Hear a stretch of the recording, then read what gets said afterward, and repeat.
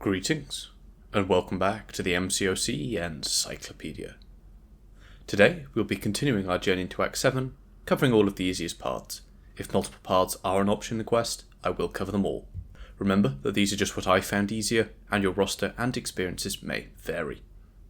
So let's dive in. Act 7, Chapter 3, Quest Number 1.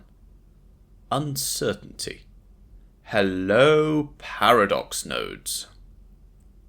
Before we cover the path, we need to quickly take a look at the structure of paradox nodes, as they will be a big help going forwards. Paradox are set up in 4 nodes, 1 global and 3 local. The global node, paradox breakdown, means that if we have 11 paradox charges and we gain a 12th, we will lose them all and take a big burst of damage. Each charge does also slightly reduce your resistances, but that isn't really important. The 3 local nodes work together to set up the paradox path. There will always be a way of gaining charges, an advantage to having them, a way of losing them, and an effect that triggers if you have less than 3. Paradox charges are also cross-fight abilities, so if you end a fight with say 6 charges, then the next fight you take with that champion will start straight away with 6 charges. This will all line up when we look at the path we will be taking in this quest is down and right towards Rocket.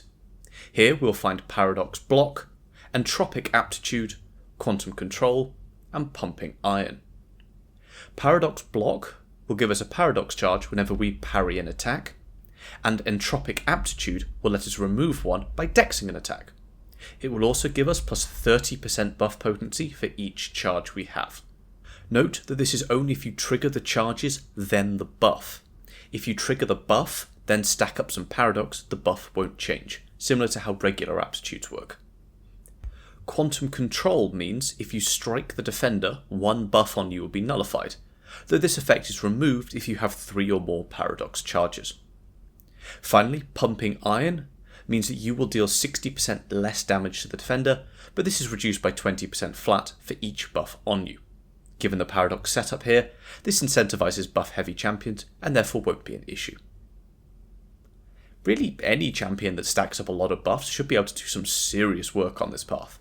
Adam Warlock, Angela, Captain Marvel Movie, Cosmic Ghost Rider, Gamora, Hulkling, Hyperion, Venom, Medusa, and so on will all do very well here. There is a similar path going straight down towards She-Hulk, which gives debuff duration that you can take, but all the defenders here are really annoying, apart from She-Hulk, so I would avoid this path for now. We will certainly be taking debuff duration paths later on. And if this video is helping you at all, please stack up some buffs on that like button. The boss we'll be taking this quest is Red Goblin. Here we have Burnout, Unlimited Power, and Time to Strike. If you have an Awakened Ronin, even a 5-star will be able to cheese this guy completely. Every 10 seconds, Unlimited Power gives Red Goblin a Fury buff for every debuff he has received in this fight. So, do a load of parries and then just stun lock him in the corner. The rest of the nodes don't even matter. If you are missing a Ronin, then we will need to look at the other nodes. Burnout will give the defender a charge, increasing their special attack damage by 10% each time they launch a special attack, and another charge each time you dex a hit on their specials. Once they reach 10 charges, they're all removed, and the defender is power locked for 10 seconds. Time to Strike means that whenever the defender would try and gain health while they have a heal block, or power whilst they have a power lock, they're instead inflicted with a non-stacking degen passive. So we can use Burnout to power lock Red Goblin, and then Time to Strike to let us deal some extra degen damage. Going back to Unlimited Power, it will also give Red Goblin 15% of his max power each time a buff is nullified, so bringing very strong power control, or Heimdall to tank a special 3, can allow us another route.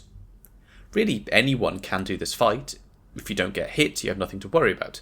Stick to the special 1 if you aren't comfortable with the special 2 decks. So, for our team. Well, Ronan will take the boss, and Angela, Medusa, Venom and Hyperion will make quick work of the path, but there are so many good options you could use here. If you're having trouble staying alive, then using the Paradox buff boost on champions with regen buffs, like Wolverine or King Groot, can keep you very nicely topped up. Fairly soon after this video goes out, I will try and get up a short commentated video of me going through the path with the exact team I suggest above.